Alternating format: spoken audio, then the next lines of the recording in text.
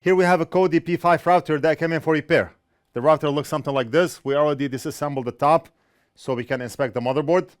And the router is around $600, not cheap. Let's read what the customer wrote.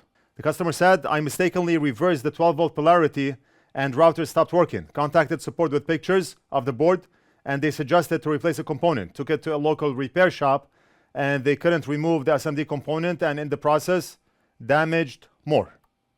Nice. That's all we need. More damage on the board. I do not know what part of the board is damaged, but we're going to have to find out.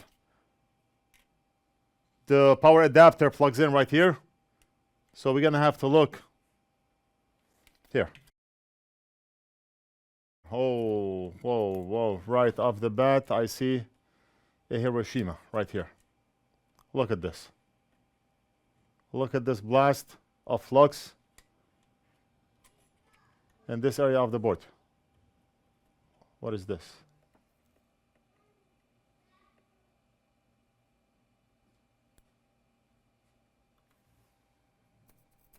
How can we possibly know what that component is? No way.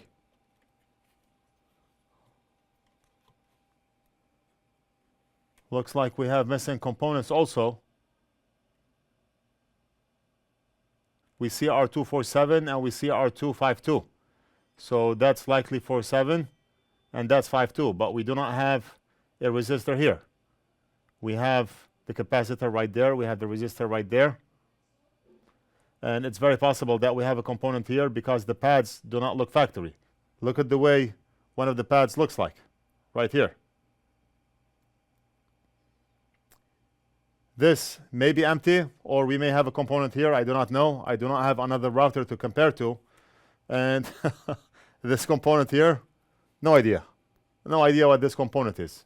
It's labeled as U16. But if I keep looking at this board from now until next week, I'm not going to be able to figure out what this component is. So why the waste of time? It could be anything. I think we're going to have a quick video because we're not going to be able to work on this motherboard unless somebody has a similar router that they can open, take a picture of this component.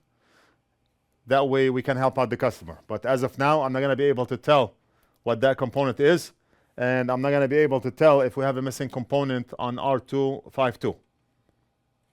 So we're going to end the video right here.